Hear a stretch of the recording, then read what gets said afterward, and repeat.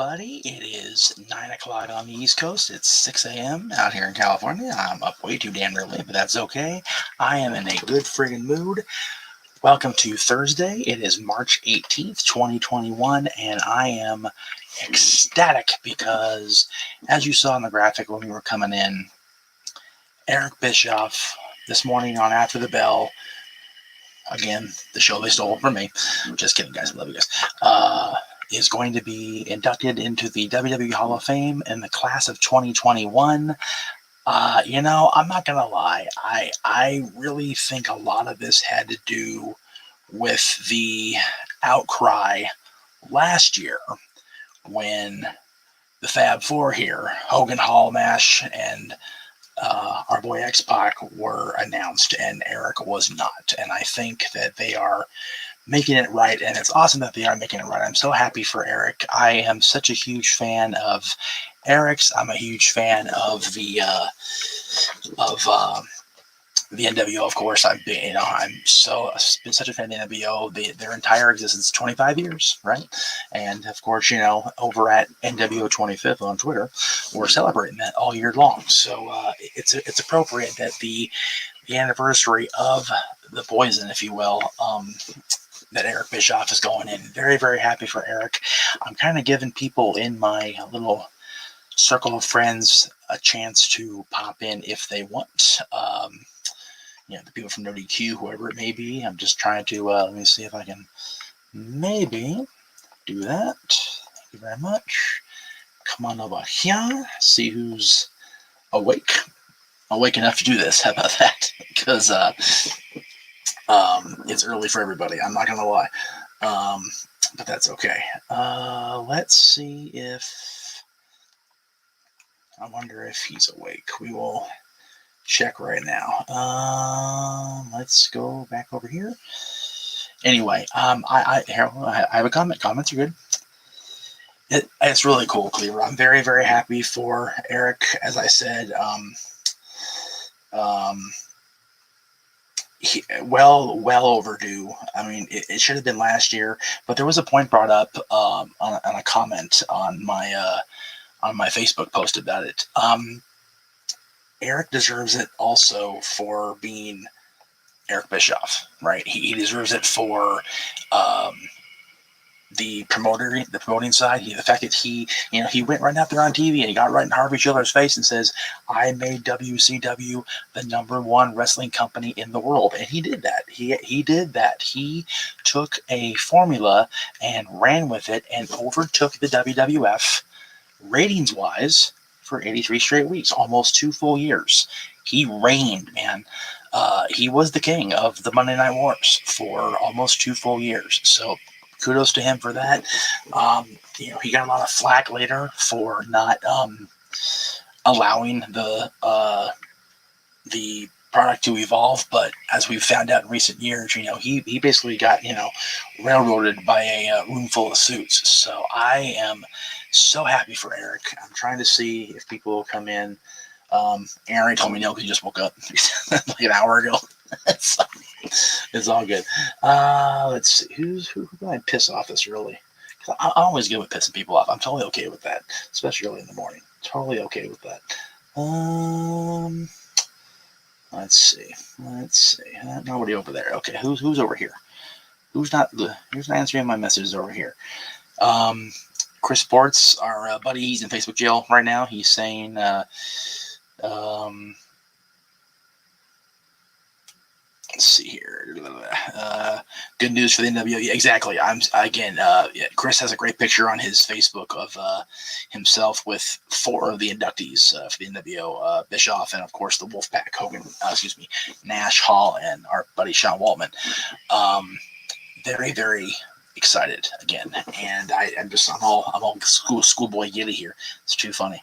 I wonder. Let's see if Lisa's up. Go check if Miss Lisa is up. She was a second ago. Probably won't want to pop on camera, but she might pop in for discussion. Why not? What the hell?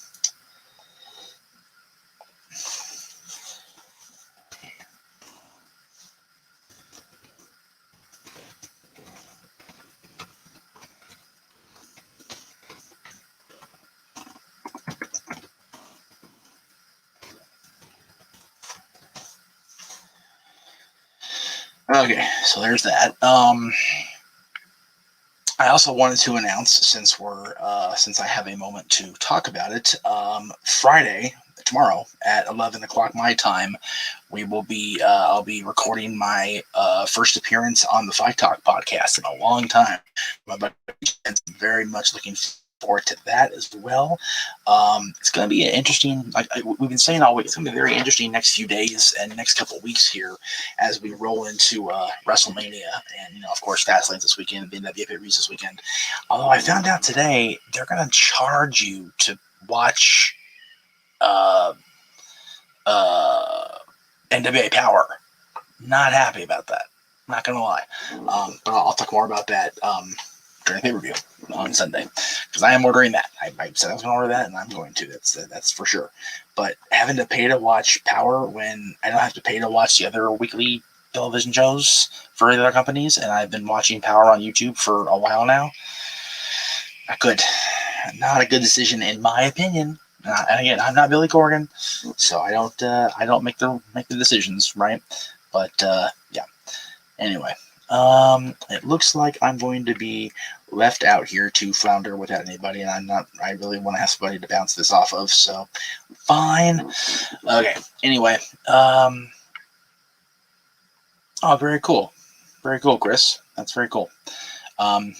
We'll talk more about that on Saturday when I see you at the event with Rob. So what does everybody think out there? I mean, I got 3 people watching. What do you guys think? Is it well deserved? Is it not appropriate? You know what? Yeah, I'm gonna go ahead and do this. That's what I'm gonna do right now. I'm gonna go ahead and just put it on there. Come on in. Talk to the Meech. Talk to good old JM about Eric Bischoff and see what you think and what the world thinks of your opinions of Eric Bischoff, because I'm curious. Whether I have been really high on Eric Bischoff for a long time. I know if you watch the old XMVs, we kind of crapped on the product, but that wasn't Eric's fault. He was a talent. It wasn't his decision making. And hey, there's G, Big Baller G's here. What up, dude? Yo, what's up?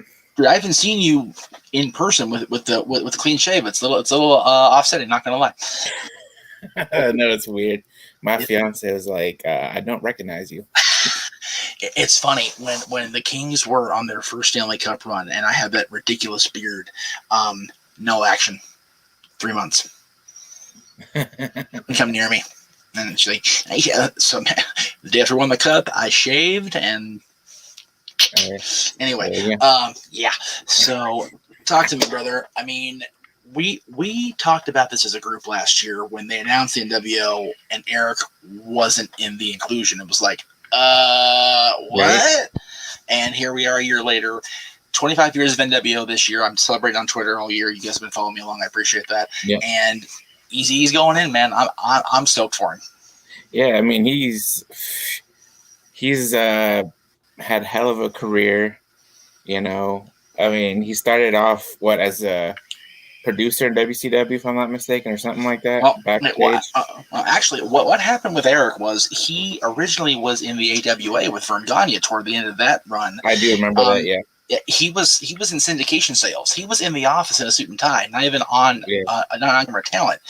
And I forget the name of the announcer. May he rest in peace. I'm sorry if I forgot his name, but he showed up to work a little bit too unable to work. Yeah. Had a 316 day a little early, I guess. And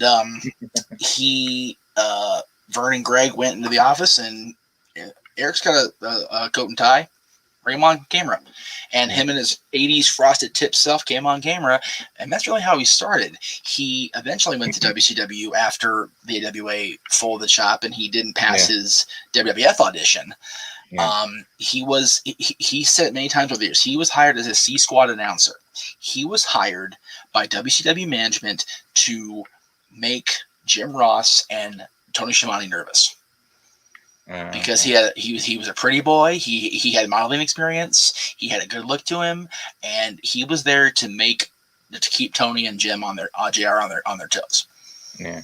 And when Bill Watts did Bill Watts things in 1993, the memo went out: "Hey, we're looking for an executive producer, non-wrestling person. Granted, he was a wrestling person, but that wasn't his expertise at the time. Yeah. So he got the job, and off he went to the races, man. And I don't give a shit what Mike Graham said before he passed away. He was full of shit. Again, may you rest in peace, Mike. You didn't convince Bischoff to get Hulk Hogan. That was a Ric Flair thing, and Eric asked Ric Flair, "You're telling me with Hulk Hogan? Let's see what we can do." So that right there, going out and having the chutzpah to go all the way down to Orlando and see if you could sign Hulk Hogan away from retirement, let alone the WWF. Major gazongas, like balls. And 2 years later, off they went again. So I'm just, if nothing else, he should be in the Hall of Fame as a promoter, as a booker, whatever you want to use, whatever term you want to use. He was the guy. He was the only person since Hulk and Vince took over the country to make Vince sweat. Yeah. That right there, boom, put him in. Yeah. Yeah, and like I said, I think I remember watching, was it NWO or something, or a documentary about Eric Bischoff about the whole AWA thing. So I do remember that. Yeah, it may have been on his WWE DVD or whatever, Blu-ray or network special, whatever you want to call it now. It had been a while, but I do remember reading "Controversy Creates Cash" when it first came out. It's funny when I was still, and that line is very true to this day. He and he's always been that way. When I was still promoting, when I was still booking the women's wrestling company I was booking out here for, Travis and I considered that book our Bible.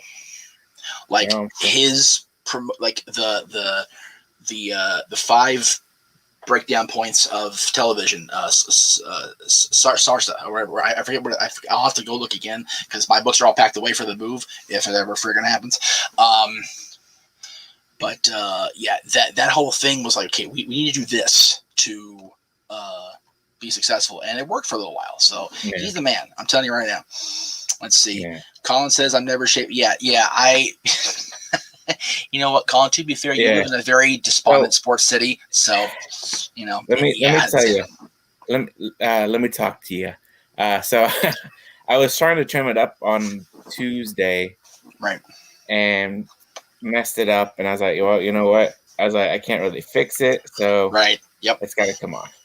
And I was like, yeah, it's funny. I've done that more with mistakes than I have purposely trying to do. Although this one was it was just getting so itchy, it was driving me crazy. There have been times where I go to do a trim and keep my old goatee I had in the XMB days. It's like, and then I go too far. It's like shit. So it's kind of. Yeah. But I've always been told I look younger with the baby face. So same here. when I push 40, it's like, yes, please. Jesus, yeah. You literally look like a freaking teenager. I'm not even gonna front, dude. You look so much better and so much younger with that facial hair gone. It's an amazing transformation. You look good, dude. Yeah. If you look like that in September, I'll tell you what, man, you're gonna have trouble having your bachelor party be sane. I'll tell you that right now. So, but it's gonna be an exciting year. And like I said, I originally conceived the 20th anniversary NWO Twitter strictly as, posting clips every week. Yeah. And it didn't really materialize very well for me. It wouldn't work for me. This damn thing you can rely on this stupid platform. But when Aaron promoted it on Twitter, I'm like, this could be very easily be a chronicle of the NWO's history just over the course of a year. This day in history, this happened, and we can just really run away with it and really have fun. Yeah. So that's what I'm doing now. I want to today, earlier this morning, I posted today, 19 years ago, was the episode of Raw where Hogan made his decision and tore the NWO colors off. So that was a cool moment in time for Hulk and for. Yeah. If it wasn't for the NWO, we wouldn't have all these factions nowadays, and and that can be seen as good and bad. Yeah, and if it wasn't for the Four Horsemen, there wouldn't be no NWO. Right, which they talked about on their DVD, back in 2007. They're, the Horsemen were the blueprint, and the NWO was so. And people have talked about, it was a concept that was, originated in New Japan Pro Wrestling, and the old leaders versus the new leaders, and that's I get that, but it's funny how accurate the DVD narration is. It's like the stars just aligned, man. You had Hulk Hogan, whose act was getting stale. You had Scott and Kevin, who were coming over, fresh off WWE TV, WWF TV, excuse me, back then. And then, and it just worked out so well. And I'm going to get a different perspective here because I know she's a fan. And good morning.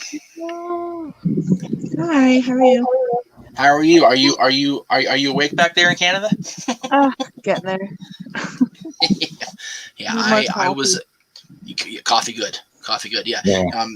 Eric himself says when he's on these 83 weeks, dude, he needs at least 3 cups before he gets on the air with Conrad, or he is useless. So, I actually was up early just working on uploading stuff, and I got a text from Aaron. I went, "Oh shit, cool!" So that's awesome. So, very, very interesting. You pointed out to me, just what was it, 2 weeks ago? He was on all Dynamite, and now here we go. Sporadically. We've got he's been on at least 2 or 3 so far with Jericho. He's been on a few times, yeah. Right, but Lisa pointed out to me just a few minutes ago that he was on. It could have been more than 2 or 3 weeks ago. He was on that show, and Conrad was on there last week or whatever it was. So it's crazy how things are just coming together so fast. And it was actually the Dynamite before Revolution.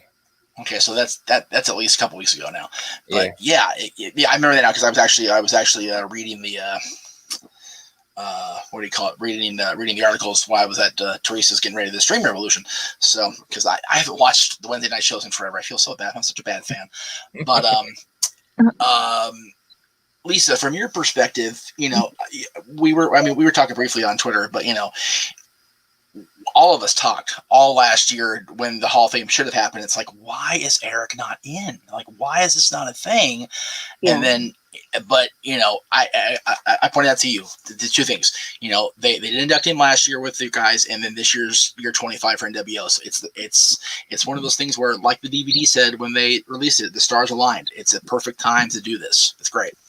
Well, like I said to you, I completely forgot that they were even inducted last year. So, well, it's funny, like that whole class kind of just like, oh wait, that's right, they're there. I forgot about that because it didn't happen. It was just a phantom class, and I'm, you and I have talked personally about Molly Holly being announced after the Bellas, even though they're the same year now because it is what it is.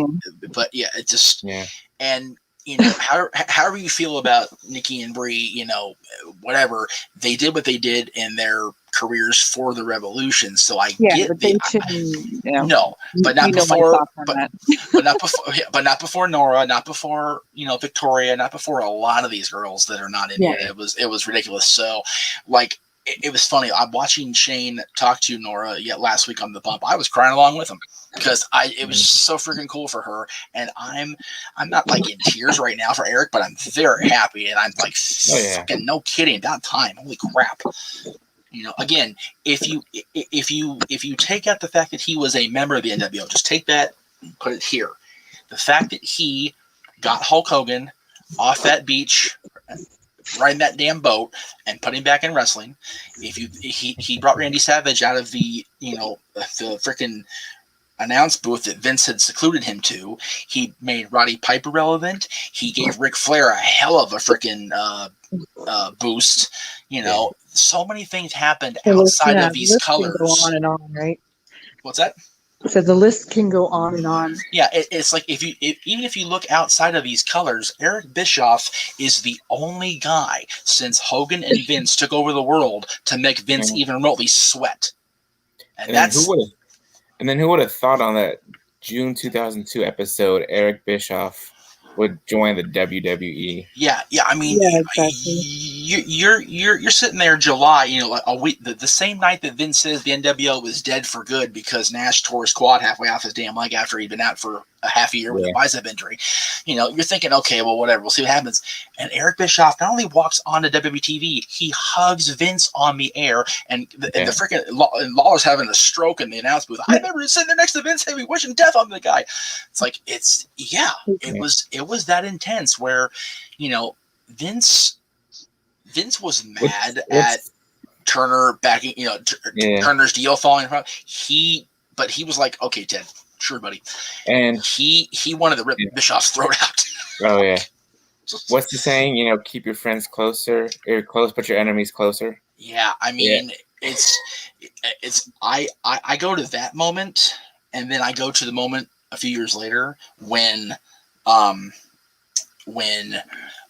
were getting ready to do One Night Stand, and Vince was out there talking with Eric, and Paul Heyman walks out, and the three of them in the ring, and I'm like, what year is this? What's going on? What's happening here? Like, these are the guys that freaking define my teen years. Like, what is happening here? It's crazy. And it was very cool to cover that as part of during the XMV years. That was a fun time. And when I think of Eric Bischoff and I think of the NWO, I think of a fun time in my life, a fun time in my wrestling fandom. Not so good in the classrooms. Not gonna lie, but I get to see a lot of the NWO stuff, unfortunately, because my grades are so crappy. I got grounded from watching wrestling. But through the course of videotape and the ever migrating WWE network, it's going to be a long couple weeks of this Peacock bullshit. I'm catching up, and it's extraordinary to see how much they did in the little time they did it. Not going to lie. Lisa, you having two kids, one's a teen, one's a little one. How aware are they of Eric Bischoff's place in history and the NWO's place in history at this point? I think we've lost Lisa. Dun, dun, dun. Bueller? Yeah, we lost her. All right, well, she come back. It's okay. Yeah. I forget how much younger are you than me, G? Hi, Lisa. There she is. Hi. Oh, yeah, I could hear you, so that was weird. Oh, that was weird. My daughter, she's only 4, so she doesn't really know much. She knows Maui. She calls him Maui every time he's on the screen. There you go. No matter what I do, I can't change it. It's Maui. 2 years from now, we'll see him in the Hall of Fame for sure. So she doesn't really know. My son is just kind of learning, about the whole, the 90s era, the Monday Night Wars and all that. So he's not too familiar with it. Okay. I'm learning. I'm teaching him. Well, I found it so neat when the Firefly Funhouse match ended with a NWO parody. I thought that was so clever last year. So I hope they with John there. Yeah. John playing Hollywood and Bray playing Bischoff was just tremendous. Such good shit, as the Vince doll said. Just an unbelievable. Yeah, again, people crap on that match. I loved it, every freaking bit of it, and having the NWO music and having that whole big Nitro entrance with John with the belt and freaking Bray running around with that stupid leather jacket on. It was so funny. And think about it. That was last year. That was 24 years after the NWO even started. And they're still relevant in quite possibly the most creative match of the year last year. Yeah. Really. Mm-hmm. And it was so fun to watch, and it was so cool. And, getting to, see John's reactions to it on social media and everything. It was so funny. So very, very cool. And like I said, I'm ecstatic for Eric, and I wish almost that I could, find a way to at least go to the ceremony. Like, WrestleMania is going to be crazy. I'm not going to sit in a little pod, by myself for, 2 days. But flying into the Tampa arena to go see the Hall of Fame, just on the fact that the NWO is going in with Bischoff now, and Molly and Batista and JBL. This is looking to be a really again, they're having 2 classes, so it's going to be stacked anyway. Are they actually doing a live ceremony? Tuesday night. The Tuesday before WrestleMania. Yeah, it's going to be live on Peacock. They said. Yeah, last I heard, it was going to be like a virtual thing. Yeah, I don't know if they're gonna have I don't think they have the inductees actually like there. I mean, they may do what they did at the Grammys the other night, where they have like the people in different areas, which again would be fine with me. They should have done that last year, quite frankly. I was saying that last year because I got told off by the boss man Aaron for daring to suggest that there should be if you can only have 50 people in the building, well, that's the inductees plus their families. Boom, done. Exactly. And, you can't do that because you need cameras. Like, okay, you need maybe 2 cameras, 3 at most. They didn't have inductors at 2019. Why do we need them in 2020? Play the hype video, but I'm out there. They could have made it work last year. They could have, and you and I talked about this. I think they were just so like, what the hell at that point? Like, what do we do with this crap? That they didn't want to try to do anything too daring. And I get that. But we've had a year, more than a year now, to really examine how this is breaking down. We're slowly getting vaccinated anyway, but entertainment is still showing that, I mean, like I said, the Grammys were awesome the other night. They had the people accepting awards in different parts of the country. It worked perfectly. Yeah. So they can totally do that for the Hall of Fame. They can do it for the Oscars. They can do it for anything. You just have to adapt. Technology is so far advanced nowadays. Yep. It's beyond crazy. It's funny. I've been talking to Lisa because her children are actually back in school, right? Yeah. I got the option, and I'm like, California's such a shit show. Not so much yet. You guys are falling apart down there. Well, to be fair, we're actually finally on the red tier here in LA County, so we're actually doing better than we were. Yeah. But God, it's been a long friggin' year. I'm not gonna lie. Like, you guys both know I've been out of the house grand total of 3 times in a year. I'm going knucking futs. I am. So glad Rob's doing this thing on Saturday. I can go see him and Katie. Oh my God, the hell out of the house. But yeah, with technology, like you said, there's so much available technology to do stuff like this now. If you have a large class, like, because it's going to be 2 classes, so you're going to probably have at least 12 inductees, right? I mean, the 2019 class was huge, and it was 1 class. Yeah. So they can totally, if you have 12 inductees, I don't think any of them are, overseas, right? Mm-hmm. So, 12 different live feeds. Yeah. From their house, from the safe of their house. I've got 3 right here. I can do 10 in this room at once, so I can do the whole ceremony myself. I really can. So it's fine. And God, with Zoom, you can do 100 people. So it's like it's so much easier, to do that it's very doable.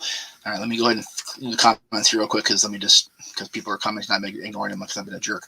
Colin did confirm the date. It is Tuesday, April 6th. Will be the Hall of Fame this year. Again, it's going to be. I think it's going to be Peacock exclusive from what I've heard. That's what I've been told. So I think starting April.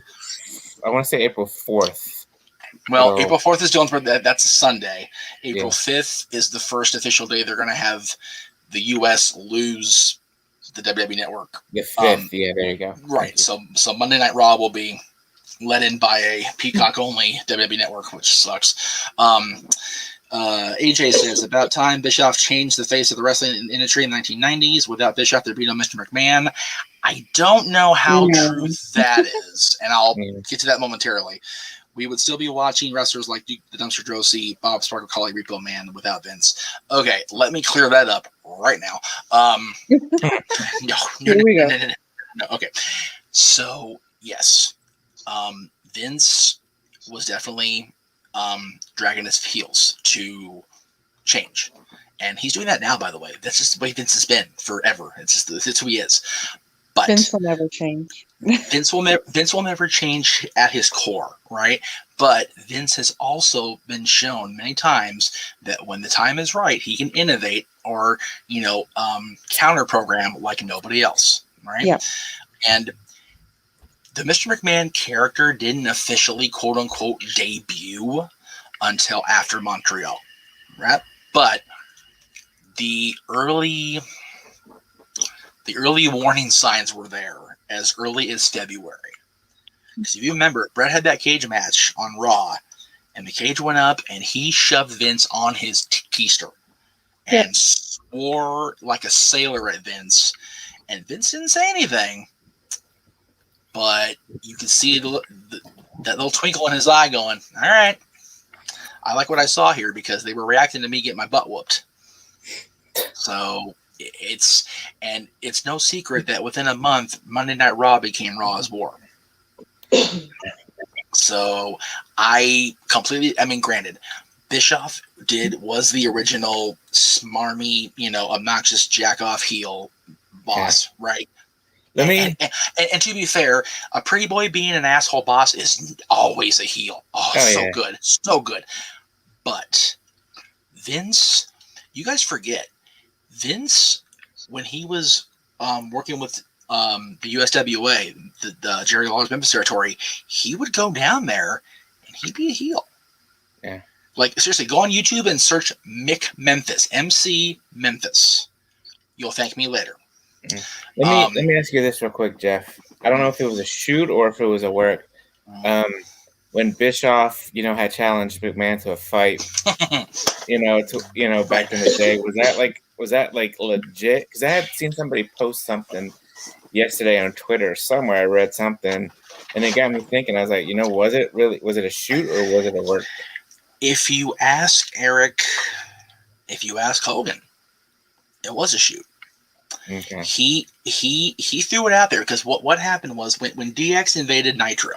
Yeah, I remember that. And they wouldn't let them in because Bischoff didn't want to know what would happen if it happened, right?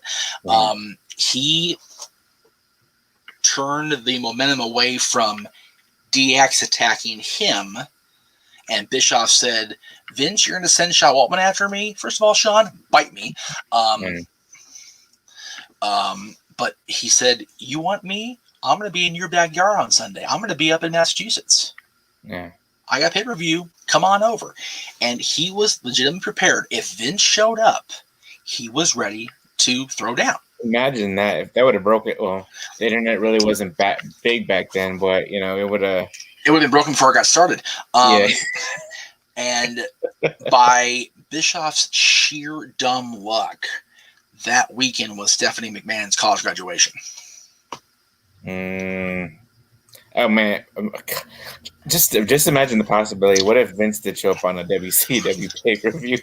And what's so funny is Eric used that. He declared a count-out victory or whatever. It was so stupid at the end, but it's like, you think about those two moments. What if that Jeep had been let into that arena, and they drove right up to the ring?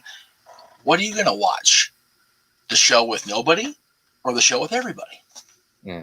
Like, what are you gonna watch on Monday night? So, and freaking, Nash even said when he and I think he was riding with Lex, if I remember right, or maybe Dallas, whatever it was. Kevin was that what the hell? And then Lex looked, he goes, that was DX, and Kevin went into the building. He goes, open this door right now.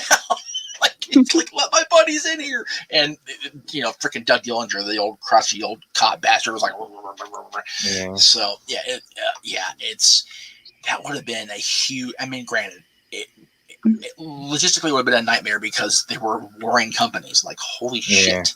Like, that's, it would have been crazy. But, like I said, over the last 20 years, what would have happened, man? It would have been a bonkers night. Eric kicked Vince's ass is what would have happened. Yeah, it's funny because Vince McMahon in 1998, he was just starting to get into the whole Mr. McMahon thing, and he was very much a gym rat. Bischoff would have kicked his friggin' head off. Like, for real. Like, all Bischoff had to do, because we've all seen Vince punch. He's the worst puncher in wrestling history. He's terrible. Only second to Shane at this point.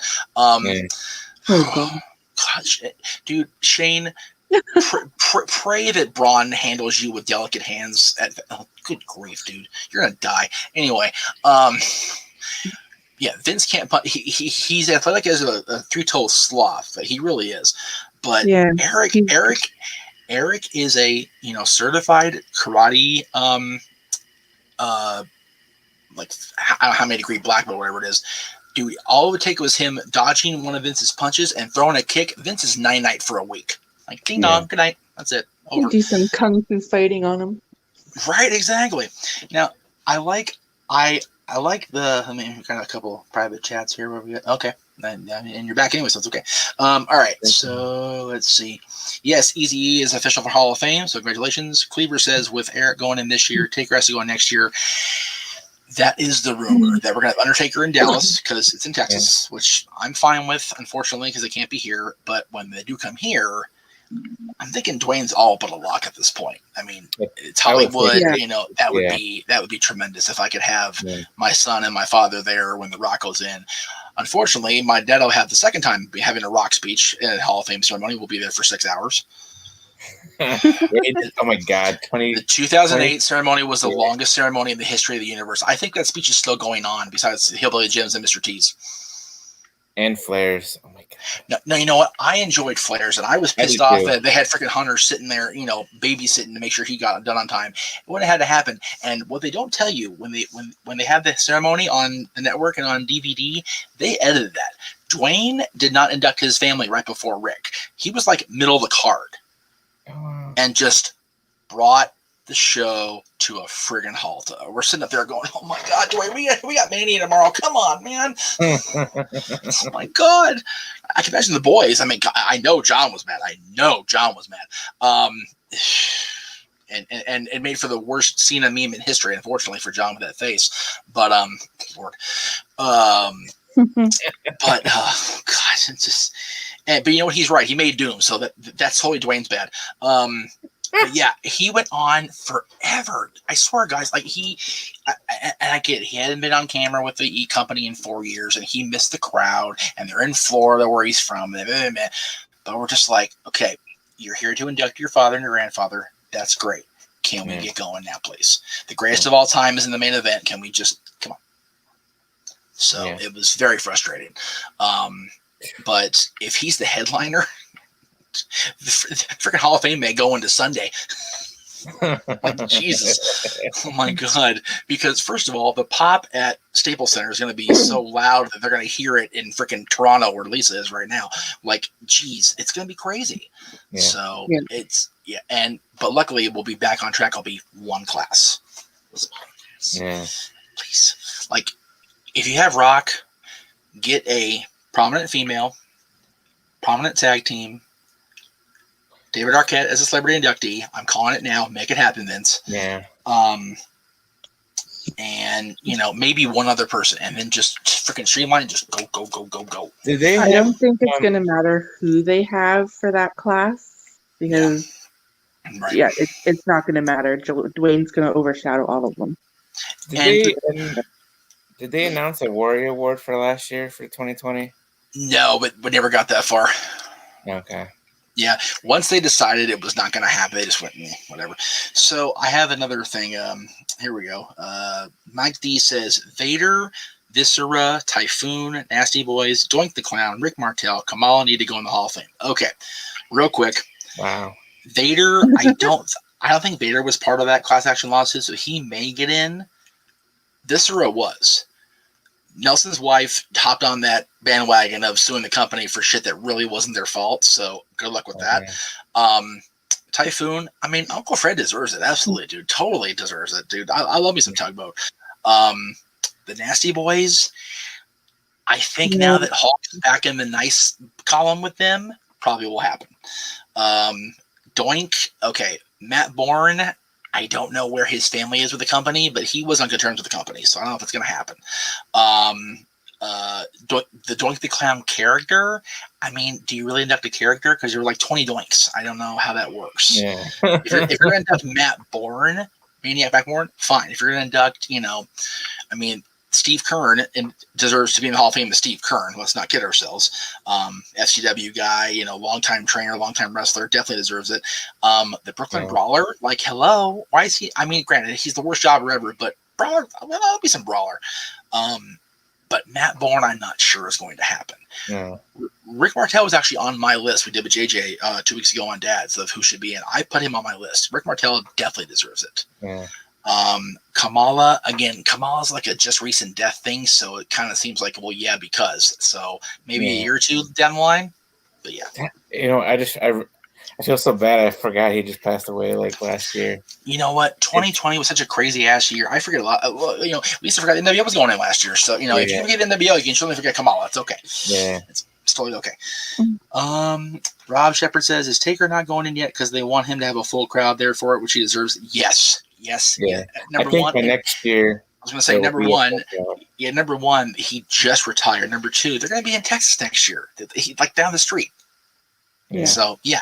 Dude, if they have a 101,000 seat Dallas Stadium again, then for him to walk out there and get his Hall of Fame moment on WrestleMania, hell yes. And Texas did just open up 100%. So if Texas is open 100% by WrestleMania next year, Undertaker's the headliner without question. Yeah. And I would even say at this point, because let me ask you both this, because you guys are both really big fans like I am. Does Kane get a headline, or does he go in with Taker? As far as like not as the brother section, but like he's in the same class is what I'm saying. I think he'd be his own headline. Okay. I mean, he's had a stellar career. Right. You know? Yeah, he had that brief period as Dr. Yankum, but nobody's gonna remember that. They're I do. I do. I mean, obviously we're gonna remember it, but they're gonna focus on Undertaker's brother and the feuds he's had with, and he's had a couple of world title runs. He's had good feuds in the past. So I mean, I don't see why not he would get his own headline. Yeah, I wouldn't put him as a headliner per se. Right. Yeah, I think based on the people left in the company and people that are alive, I think he inducts Taker for sure. Yeah. But as far as being in the same class, obviously, if you're going to induct him, you can't be in the same class. It doesn't work that way. Oh, yeah. I wouldn't say the same class per se. I would say maybe like the year after, I mean, Kane's which is fine by me because they'll be in Hollywood. I'm okay with that. Yeah. That'd be awesome. Yeah, and it's Lisa and I talk about this because we've both met him. Glenn is like the nicest freaking dude like ever. Yeah. Like he so deserves it just for being a nice guy. Like, geez, he's so cool. He's a wonderful guy. And what's funny is I don't know if I was talking with JJ about this on the show or just randomly talking about it with people. There's a guy out there that's like the nicest guy in the history of the business that will probably never get inducted because he didn't really do a whole lot. Bobby Eaton. Bobby who? Beautiful Bobby Eaton. Oh. EATO and the fact you said who is exactly my point. Yeah. Like I heard Bobby. I was like, wait, Bobby Heenan. I was like, wait, isn't he? No. Bobby got in. He was the best part of that whole show. And the following 3 shows inducting other people. He was so good. Yeah. He inducted Orndorff when we were out here in LA. Oh my God, it was so funny. Anyway, beautiful Bobby Eaton was part of Jim Cornette's Midnight Express tag team. And then he went into a singles career for a little bit and became the WCW TV champion, who dropped the title to the first time winning a title in the company, Stunning Steve Austin. You know what? That sounds, now that you mention it, this sounds familiar now. And then and JJ and I were talking about this. The only way I think Bobby will get in is as part of the Dangerous Alliance.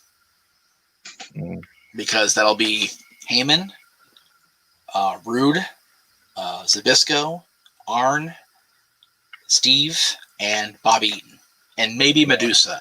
I like Medusa was a huge part of that, but JJ was arguing that they wouldn't be putting her in there. I'm like, she was as big a part of the group as anybody.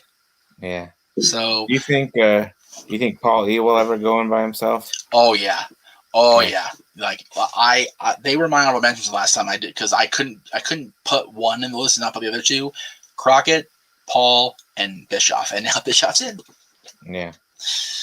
So, by the way, JJ and I's show we did last 2 weeks ago, we are 2 for 2 for this year. Throwing it out there now. Yeah. Molly Holly, Eric Bischoff. Well, since you guys did that, what tag team did you guys put in there? Because we know we're getting a tag. I did not pick a tag team, to be honest with you, because it's funny. Like I was talking with Mr. Tito back on Twitter about Demolition. It's like, number one, Bill Eadie wasn't happy with the company 30 years ago. Yeah. Number 2, both he and Darso got into that lawsuit crap with that Greek guy, the Greek lawyer. It's like, hello, I know what time it is. Leave me alone. I'll get the boys' breakfast in a minute. I for one would like to see Demolition go, and they were like one of my favorites. Echo, turn off alarm. I feel like I'm watching Hook with all the clocks going off. Watch that chicken!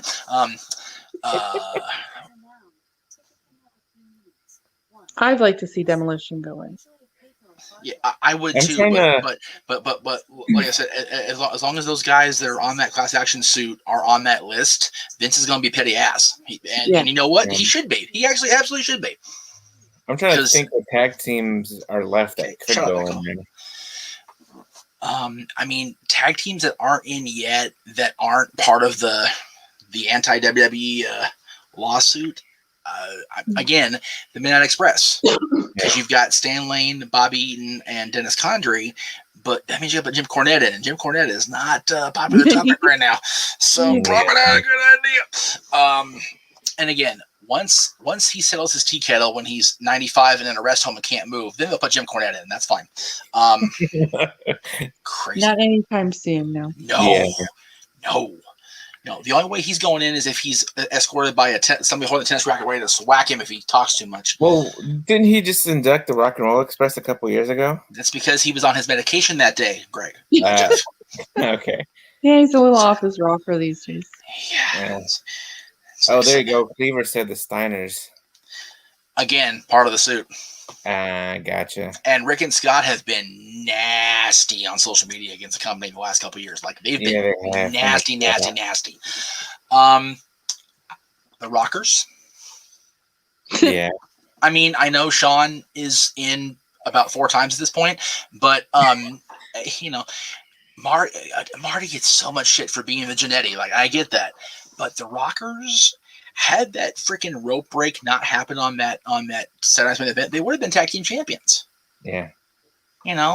So if you're asking me for my pick of a tag team that was a big WWF tag team, I go with Sean and Marty. Yeah. I mean, is Marty good with the company? Do you know? Or? Marty's not good with reality right now. Let's not kid ourselves. He's he's out there in Neverland himself. So let's see. Mike D. You have him and Cornette off in Neverland. Okay. There's a really disturbing podcast there. I'm gonna let that one hang there for a minute. Anyway, Mike D says Bobby Eaton and Barry Horowitz. There you go. Freaking have the jobber class. Screw it. But Barry Horowitz, Buck Zumoff, all those guys. Absolutely. I'm all about that. Let's see. Do you think John Gonzalez will ever be inducted to the Hall of Fame or Akeem / One Man Gang or Bam Bam? Okay, I think Jorge's family also was part of that lawsuit, and if not, he's not going in anyway. Like, no. Yeah. Like I hear he was a very nice guy, but he was a pain in the ass to work with, and he wasn't very good, and he only got into the business because the basketball team that Turner signed him to couldn't work with him either. So really, it's at Turner's fault we have him in wrestling at all. Thank you, Ted. I would like to see, since maybe Hardcore Holly would go in one of these days. If Bob would just calm down and not be such an aggressive piece of shit guy to half the time, I'd be all about it too. But you can never rely on him to behave himself. Akeem, Akeem One Man Gang. Really know. Yeah, I'm not sure. I think the gang may have been part of that suit, but if not, oh yeah, definitely. The gang was a big talent even outside WWE too, because he was big in Watts' territory. He was good in WCW. He was all over the place. So, absolutely. And Bigelow, dude, Bam Bam should have his own wing just for having to put up Lawrence Taylor in a storyline. Like, damn, dude, please give him something for that. Yeah. Jesus. And give Sean and Kevin Nash a bonus ring for having to freaking semi-main that crap. Good Lord. Ugh, poor bastards. Will ICP go in the Hall of Fame someday? Do you really want ICP with a live mic on WWE television? Vince would have a stroke. Are you kidding me? Like, no way is that happening. No. Aren't they still relevant to this day? Kind of. Not really. No. Yeah. Let's see. As far as tag teams, that's the Insane Clown Posse, right? Right. Yeah. Right. Yeah. No. Yeah. See, I saw them. No judgment. But I saw them in Toronto. Oh God, like obviously years and years ago. Right. And it was very, very entertaining. Right. But it was the middle of, this is the only thing I remember about the concert, is middle of winter, and they sprayed everybody in these big ass water guns with their Fago pop. So Oh, the whole yuck. audience was soaked. Going And outside, sticky. And, oh, my it was God. Oh. horrible. Oh, jeez. But other than that, then Oh, we okay, were so all right. wait. It was an indoor concert, and they showered you guys with Fago and then sent you outside. Yep. That's a dick move, man. That's terrible. Like, Yeah, nobody said they were nice. for those of our audience that are in Michigan, Aaron and Caitlin and Aaron, we realize that Fago is a good drink, but not for casual attire. Not as much. No, I'd rather not be sprayed with it. No, it's kind of gross. But it was It's fun. really right. It's just crazy. So, let's see where we're at here.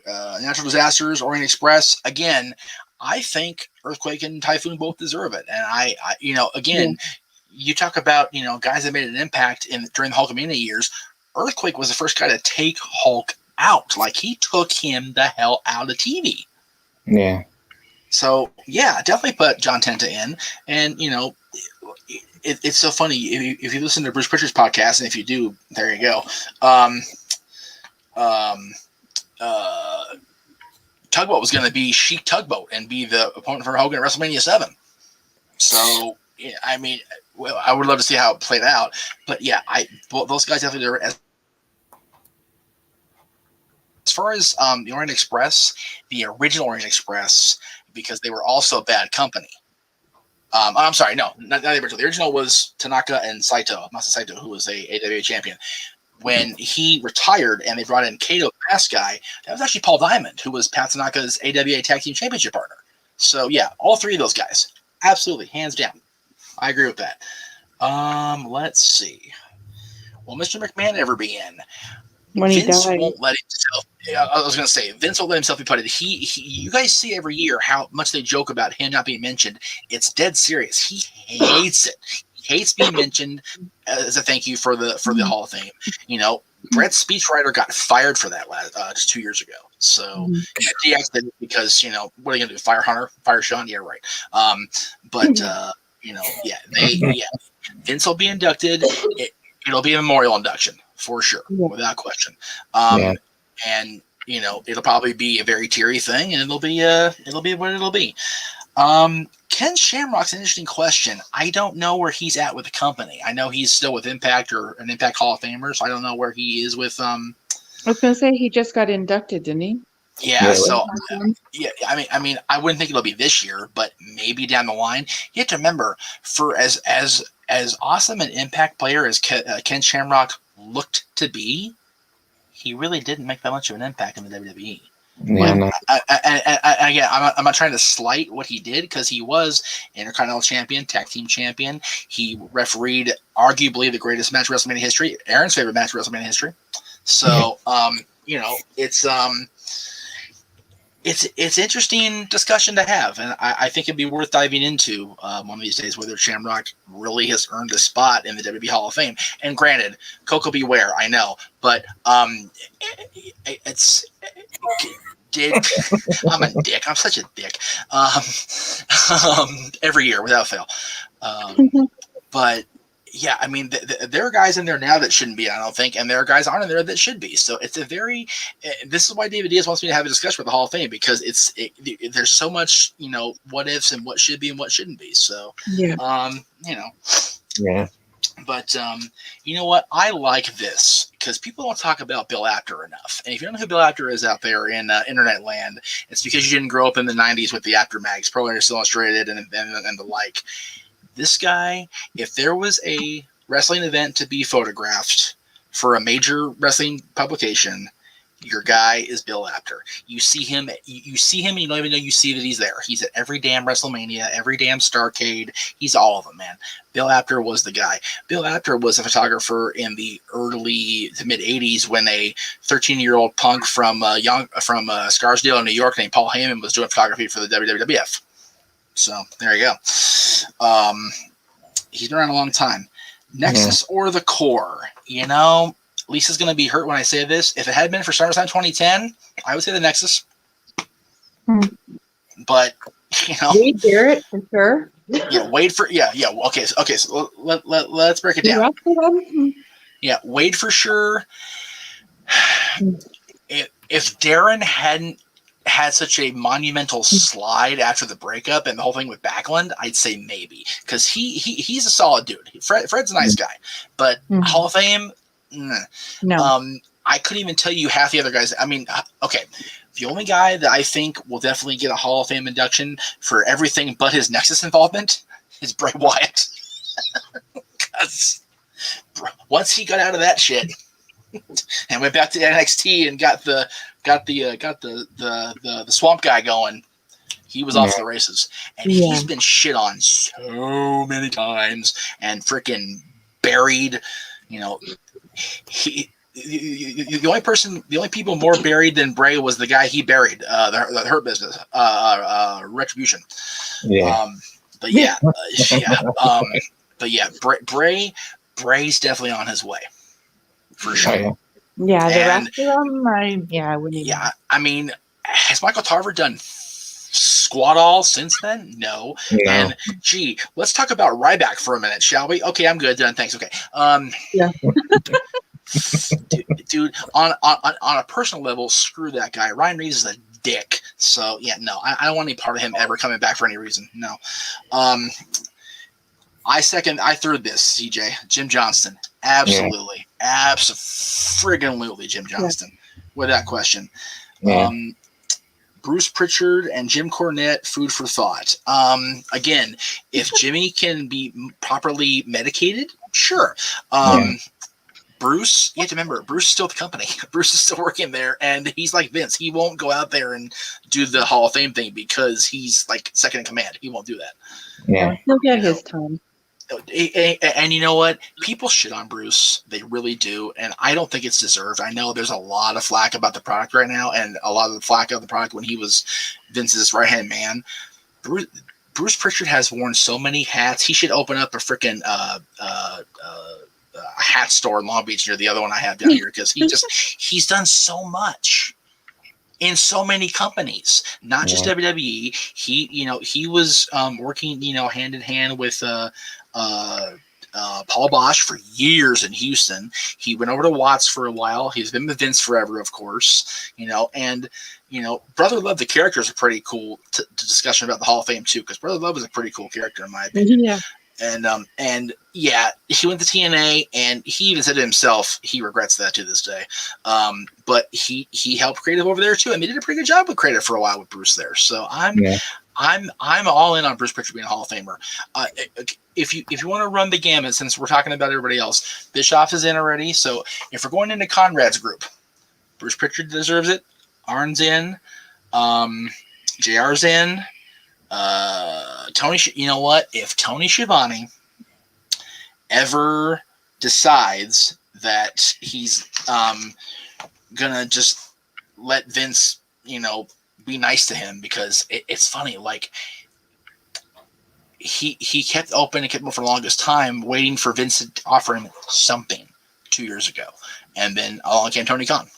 And who'd have ever thought that Tony Schiavone would be a relevant topic of discussion in 2020 and 2021? I sure as shit didn't. And Tony gets a lot of flack for the wrong reasons. And I think that down the line, once his career is over and they really think about it, definitely would like to see him be a Hall of Fame inductee. And here's another guy, honestly, that deserves it, is Mike Tenay. Mike Tenay, I don't know how many of you people are old school Jeff Meacham fans, but 19 years ago, we had him on toward the end of 2002 on Extreme Mayhem, the old show. And I rattled off so much knowledge into his, Vegas-bound ear that he nicknamed me Professor Junior. And that's where the nickname evolved into West Coast Professor. Cool. So I'm all in on today. Number one. Number two, he's a Kings fan. Go Kings. Although he's in Vegas, so he's probably a Golden Knights fan now, which I can still be okay with because my best friend lives out there, so I'm totally okay with that too. But yeah, definitely Tenay. I don't know where he is with the company or with wrestling period right now, because once he was done with TNA, he was kind of like, okay, deuces later. So I don't know. If you're having PTSD about it, why would you bring it up in my chat room? Why would you bring Hillbilly Jim's speech up? Why? It's still happening right now. It's still going on. Why? I love Jim. Jim's such a nice guy too. I hate it. Oh my god. Seriously, I have discovered the way to torture my enemies from here on in. I'll tell you what. If you ever just piss me off, like really want to get me where I was, like, a couple years ago, I'm gonna tie them to a chair and put Mr. T and Hillbilly Jim's speech on loop. Jeez, I don't want to piss you off.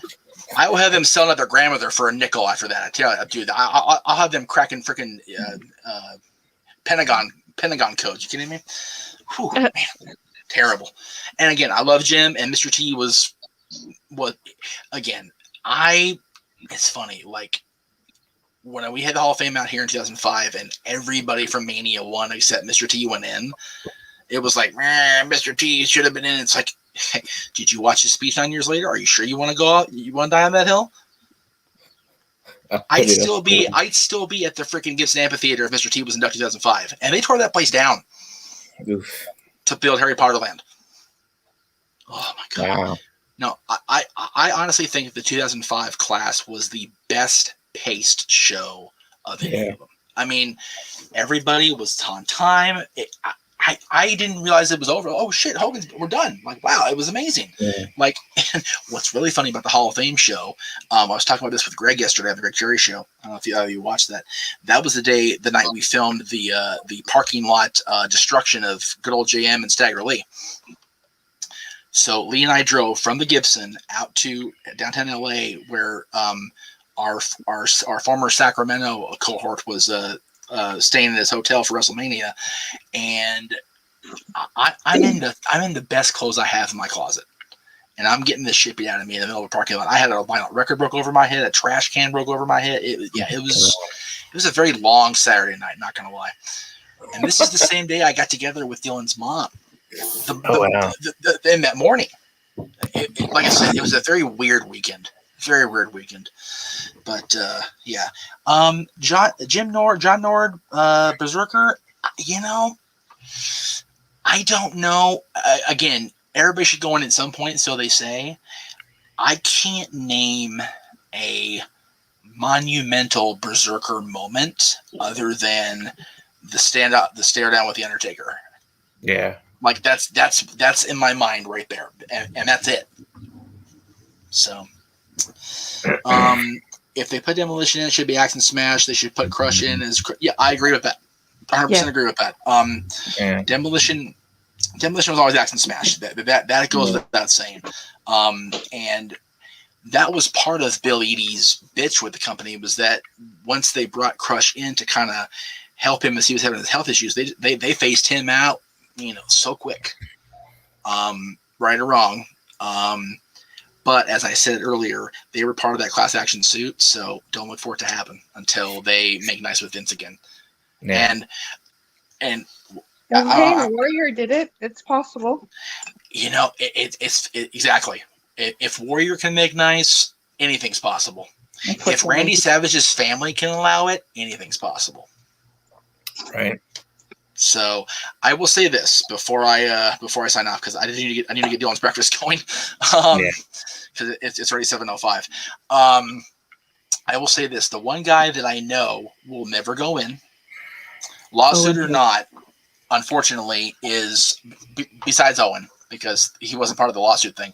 Shane Douglas is the guy that beyond deserves it. Yeah. He won't go in, and he won't even take it if they offer it to him. He said that flat out.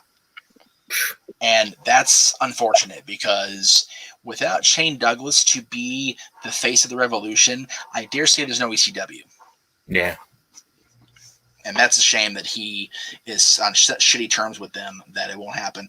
JP Christian will go in. He's just playing new boy right now. He'll be back. They always come back, brother. They always come back. Same with Paul. Paul White will go in the Hall of Fame. He deserves it. He was one of the greatest big men ever. Definitely. Christian is just. Christian, I think, was on the list. He was supposed to go in, I think, this year, but then the whole AEW thing. So Vince will wait on that. Yeah, he will. He's not going to go out of his way to negotiate a deal where he can come in for one night like I did with Christian, with TNA, with Sting, and with Flair and everything. They're not going to do that. It's like, okay, you want to go play in the yard? Fine, screw you. Sit over there for a few months. Okay. Yeah, exactly. Vince's pretty old ass. You know this, guys. So, and again, Paul White. At least Paul White and Vince had a good conversation. That was cool. I'm glad that Vince called Paul because I wouldn't expect him to do that, and he did. And I'm glad he did that because honestly. Paul got signed because he was a big dude. And yes, he was with them for 20 years. Let's not gloss over that, okay? Yeah. But did he make the overall impact he should have made? No, he didn't, unfortunately. And what's the sad thing is they don't know what to do with big guys. No, and see, that's the thing. The big men era was ending when Hulk was starting to phase out. Be Hulk, to be Hulk. And, when they brought in the Warrior to be his successor, it's like, okay, he's big and he sucks, Vince. This isn't working, man. And then, but what happened a year later? Ric Flair's the champion. And then Bret Hart. And then those guys are being the champion. And yeah, Yoko was a big guy, but 500-pound guy moving like a cruiserweight, I am all in on that shit. You kidding me? Yeah. But then Brett and Sean and Steve and the athletic big guy like Kane and Triple H and The Rock. It's the big men era was already well over when they signed Paul in 1999. And it was one of those things where Paul White had a huge buzz because of being in the NWO and being portrayed as Andre's son, which was the stupidest freaking thing we could have done with him. Oh my god, it's so bad, WCW. But much like Vince said to Brett 2 years before, WCW won't know what to do with you, Bret Hart, and look what happened. Yeah. His career got ended because of their stupid shit. The same was for Paul White. They didn't know what the hell to do with Paul. Yeah. And the whole running joke on ODQ was, what's happened more, Jeff Meacham picture with Mickey Mouse or Big Show heel and face turns? It really became a running gag with us because it was happening that often. And we did do the count. I win. Anyway. Well, it's not just him, though. It's like any big, giant person that comes in. Yeah. Yeah, they come in. Like, you can take Braun, for example. Oh, my God, yes. Right? The Monster Among Men. Like, there's so much they could have done with him, and they have him being slimed to Shane McMahon. Yeah. Like, it's stupid. Like, they don't know what to do with these big monster guys. Like, I'm afraid what's going to happen to Omos when they turn him loose, right? Yeah. Yeah, seriously, I wasn't sure Monday if I was watching Channel 29 or Channel 43 with Nickelodeon. Like, what the hell? What did I turn on here? What is this crap? Right. My son, like Noah, he was pissed. He should be. McMahon. He got so upset. Like, I had to have a conversation with him last weekend. He was so upset with like the bullying and him being, calling Braun stupid and stuff. Okay. I'm like, we're not. Yeah. And then this week, he turned it off. My son loves wrestling, and he turned it off. He's like, I'm not watching anything to do with Good for you, Noah. Good for you, damn it. I will say this, and this needs to be brought up before let me clear everything off here so it's just me, not nobody co-signing or commenting or whatever. Okay. You are a major publicly traded corporation with a publicly known campaign to be a star, anti-bullying. And you have a major executive of your company, whatever roles Shane is behind the scenes, actively calling one of your hillbilly residents superstars, let's not kid ourselves, stupid on the air. Yeah. Vince, I know you're watching. Trust me, I know you're watching. Knock it the fuck off, for real. It's ridiculous. It's terrible. All right. Anyway, Shane's heat with WWE is two things, CJ, and I swear I'm wrap this up. I promise. Number one, Dean Douglas. God, so bad from that awesome franchise character, that freaking obnoxious classroom instructor character. So stupid. And number two, he and McClick did not make nice at all. No one make nice with the Click with Shane. That's the biggest reason. How many years do you see the Hardys still have before they go in the Hall of Fame? As many as they want, man. I mean, Jeff can, go out there part-time and not kill himself, and Matt can avoid falling off freaking platforms, you stupid ass. Then they can go as long as they want. I mean, really.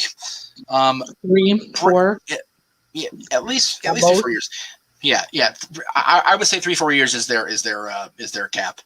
Brett's overrated. Okay, Brett's opinions in 2021 are overrated. Bret the Hitman Hart, the wrestler, way not overrated. Way good. And finally, Lawrence Taylor Hall of Fame someday. You know what? He was a celebrity. He main evented in the ring at WrestleMania. Absolutely. They need to do away with this celebrity thing. That bothers me. It's funny. It's funny. I was actually talking about this with JJ on our show we did a couple weeks ago. It's like, I am such a fan of Pete Rose because my father was born in Cincinnati and we grew up on the Big Red Machine. I'm okay with going away with it, doing away with it too. It's like that whole thing was designed because of Pete Rose, just to throw it in Seeley's face. Bad Bunny will go in next year. The fact that Bad Bunny's going to wrestle, like I hope that Mike doesn't kill him. Kind of. That's the only thing with him going in the ring with who he's going in with. He'll be fine. Well, yeah, because Punishment Martinez is way underrated right now because they didn't really turn him loose, right? And then John and Mike they'll take care of him. It'll be fine. Yeah. But at least I know who he is. But it's funny. Before the Rumble, couldn't have told you. No friggin' idea. No clue. No, I came back and Booker's just standing there. I'm like, did he miss like commercial break or something? Like, didn't get to his seat fast enough? Yeah, I was like, what the hell? Yeah. And then the song came on. I'm like, I don't know, whatever. But yeah, like I said, I know Vince is watching because we know he's watching.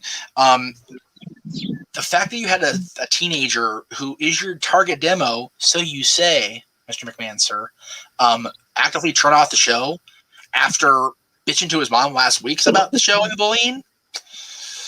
You're not hitting your demos, Vince. No, like he was pissed. And you know what, he should be. My son said the same thing. It's like, who's Shane McMahon? He, like I said, he's just learning all the past stuff, so he doesn't know about Shane being involved. And right. He's like 80, and why is he? It's so funny. Shane McMahon is in Greg Cherry's top 5 favorites all time. And you know what? I'm okay with that. Because Shane McMahon in the ring will surprise the shit out of you. Yeah. But definitely. When they make him be a heel, he's too much. He's beating up Miz's dad. He's bullying a guy from the hills. It's he God, man. It's a good thing your son wasn't alive 20 years ago. He may have killed him after WrestleMania when X-Pac got turned on by Triple H. He may have killed the whole corporation. God. Yeah. Well, I was trying to watch Shane just speak. It's just Why is it? Why? Okay, we all know. We've all been watching. Shane McMahon is way more articulate than they're letting him be. He sounds like he's having legitimate issues talking. What the hell? Yeah, it's so weird. They let them go, right? Right. No, here's what the context of what we want you to do. Go out and do it. Yeah, bullet points. Trying to pull everything together. I'm and it's not working. Yeah. If you want to see Shane do a great job of bullying a big guy into wanting to kick his ass, Backlash 2000, Backlash 2001 against the Big Show. Which way did he go?